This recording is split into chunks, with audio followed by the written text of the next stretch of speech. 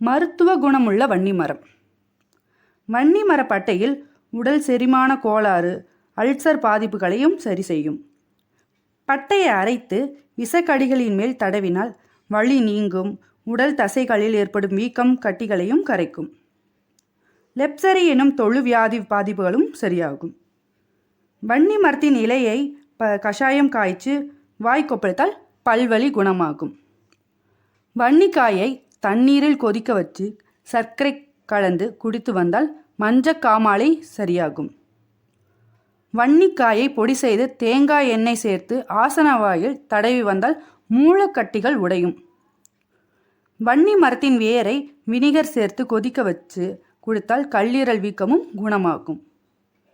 தினமும் வன்னி மரத்தின் அருகே சற்று நேரம் அமர்ந்து வந்தாலே போதும்.